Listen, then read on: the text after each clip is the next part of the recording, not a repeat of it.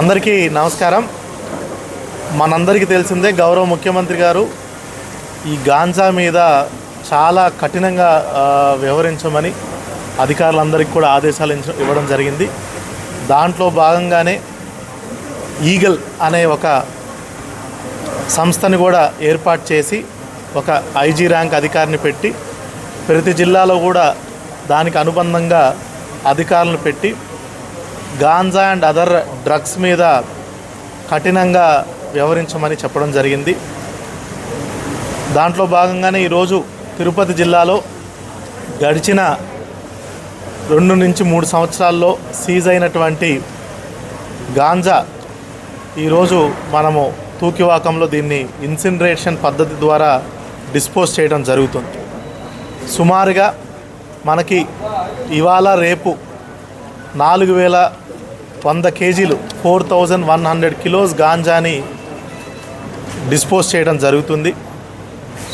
ఇవన్నీ కూడా ఒక 208 కేసుల్లో పట్టుబడినటువంటి గాంజా.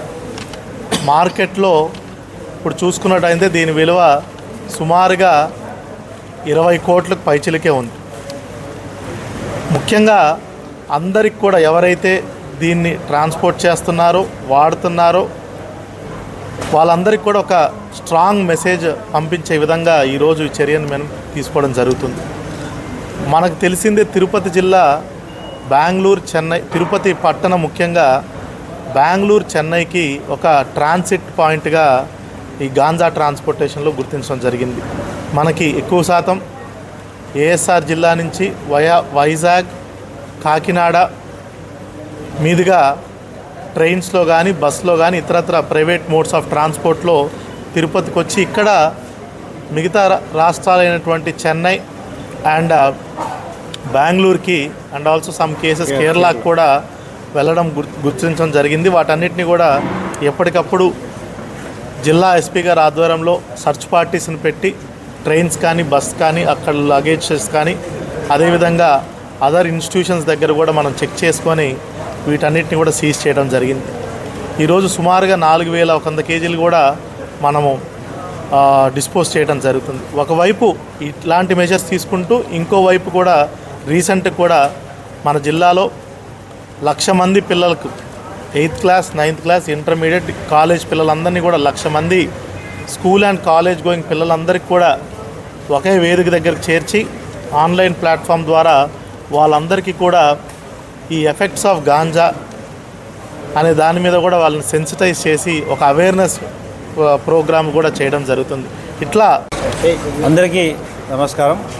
ముఖ్యంగా తిరుపతి జిల్లాలో గత 3 సంవత్సరాలుగా సీజ్ చేసిన అంతా గాంజాని కూడా ఈరోజు డిస్పోజ్ చేయడం జరుగుతుంది. గౌరవ కలెక్టర్ గారు చెప్పినట్లుగా దాదాపు 4000 కేజీల గాంజాని డిస్పోజ్ చేస్తున్నాం.